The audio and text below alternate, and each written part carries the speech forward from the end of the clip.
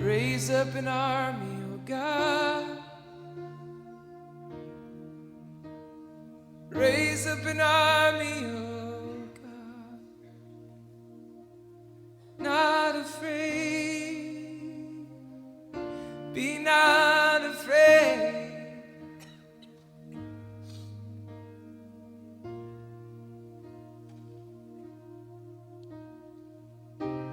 That mountain's burning in the sky,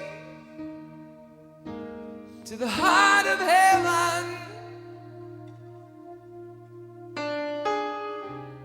Without the fire we'll never fly, to the heart of heaven.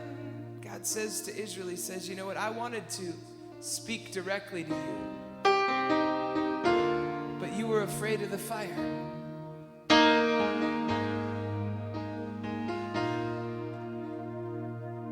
And I believe God's raising up a generation of people that aren't going to be afraid of the fire. Do you know, he doesn't just share the mysteries of his heart with anybody. He shares it with those whom he's found trustworthy.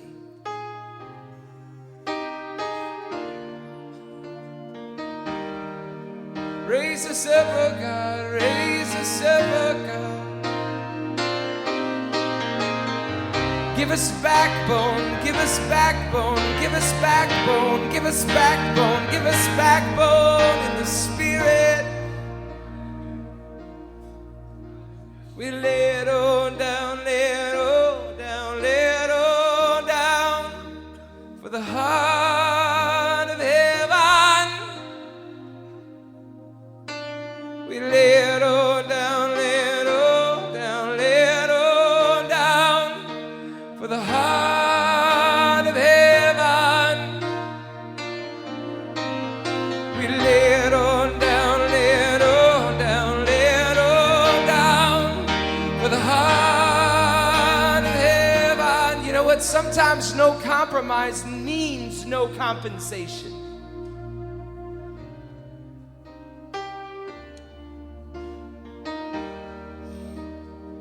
There's a power in Jesus' life because he wasn't bought by the world. There's a lot of people that run around in the church and we call ourselves Christians, but we're bought by the world system. Right inside the church. Set us free, oh God. Set us free, oh God, to worship you. Set us free, oh God, to worship you. Set us free, oh God. Children of the Lord, children of the Lord, children of the Lord, rejoice. Set us free, set us free, set us free, oh God. Set us free, oh God.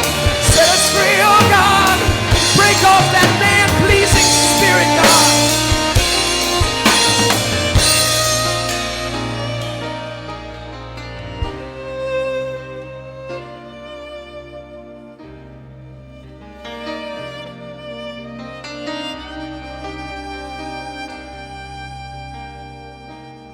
You know,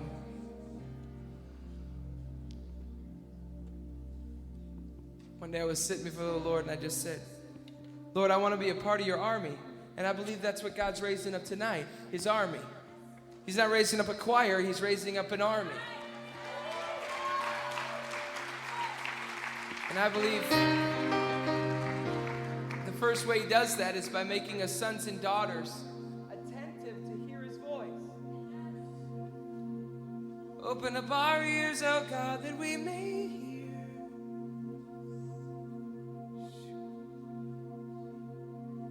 Some of us are intoxicated by the words of men. It's like we're addicted. And when we don't hear it,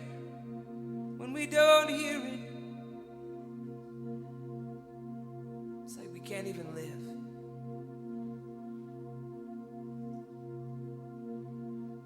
But do you know that God has a voice too?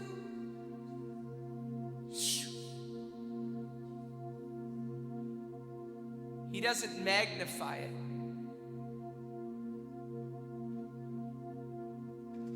He whispers it.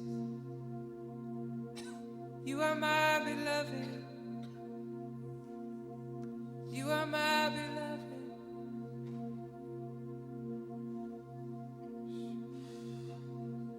asking for your freedom tonight. Go to the deep places, Lord, tonight.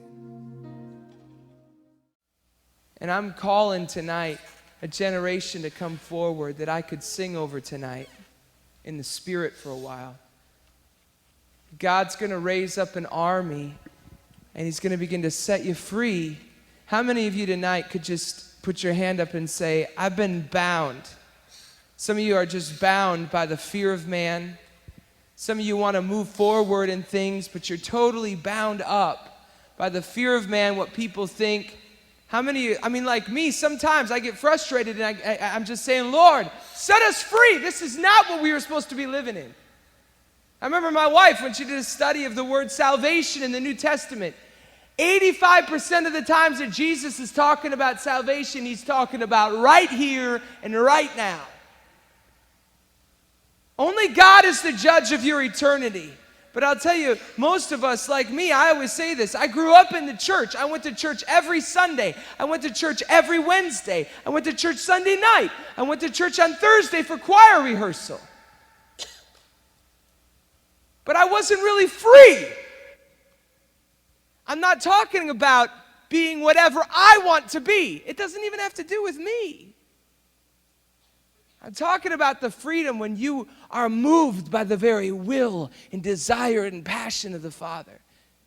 I asked the Lord, I said, Lord, raise up a prophetic generation.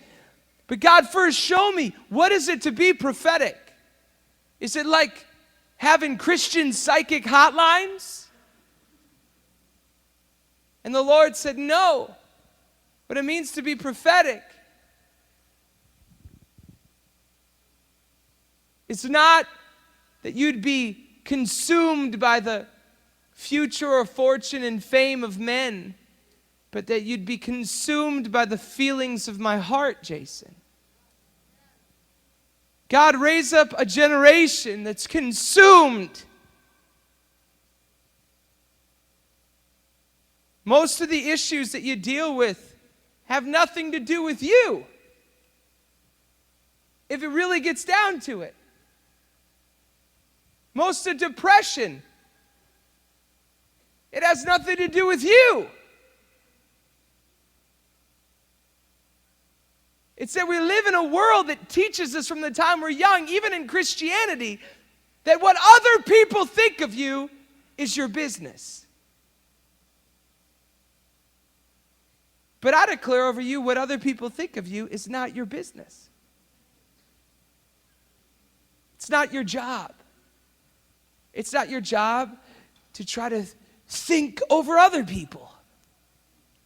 It's your job to be consumed with the Father's heart. Shoo.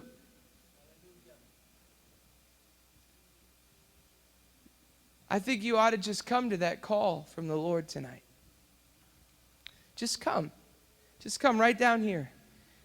I'm talking, if you specifically, you've got stuff and you're just saying, God, I'm sick and tired and I'm going to break through this thing tonight.